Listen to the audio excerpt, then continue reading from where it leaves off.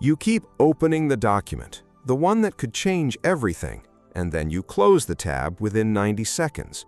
Not because you're lazy, not because you don't care, but because some quiet, ancient part of you has decided that this particular task is not safe to touch. There's a name for this. It's called reward withdrawal, a state where your brain, anticipating a task with high emotional stakes, actually reduces dopamine output before you've even begun. Think of it like this. Your nervous system isn't refusing to work, it's bracing for disappointment so early that it pulls the plug on motivation before hope even has a chance to switch on.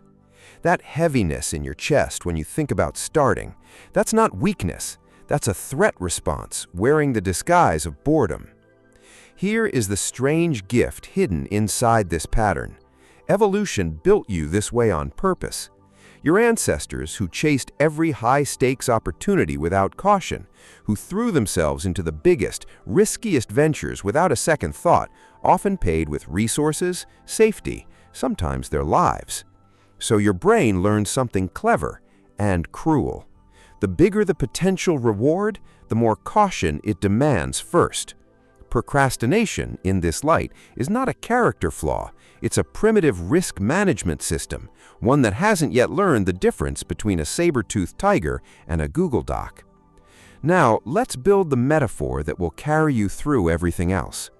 Imagine your motivation as a bank vault.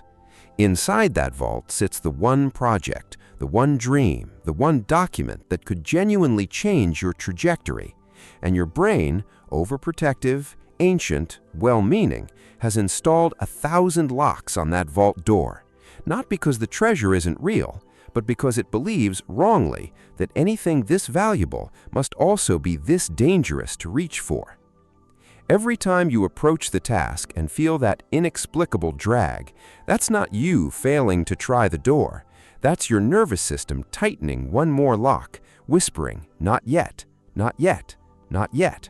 So, how do you open a vault your own mind keeps sealing? You don't force it. You out-clever it. Here are the tools. The first is called the 5-minute key. Neuroscience shows that the anticipatory dread before starting a task is almost always more intense than the task itself, a phenomenon tied to the brain's tendency to overestimate future discomfort. So, you commit to just 5 minutes. Not the whole project, just 5 minutes, timer visible, permission to stop after. This works because it disarms the threat detection system entirely. 5 minutes doesn't register as danger, so the vault door cracks open on its own. The second is the reward rehearsal.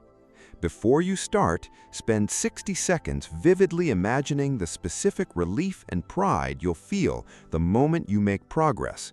Not the end goal, the immediate feeling. This primes your dopamine system in advance, essentially tricking the vault into believing the reward has already begun arriving, which lowers its guard. The third is the smallest visible brick. Instead of opening the whole vault, you ask only, what is the smallest possible action that moves this forward? Not the chapter, just the sentence. Not the business, just the email.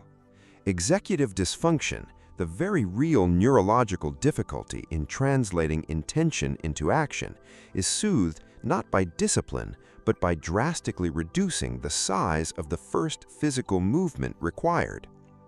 The fourth, for the deepest resistance, is the witnessed attempt. You tell one trusted person, "I'm going to try this today. No update needed, just this."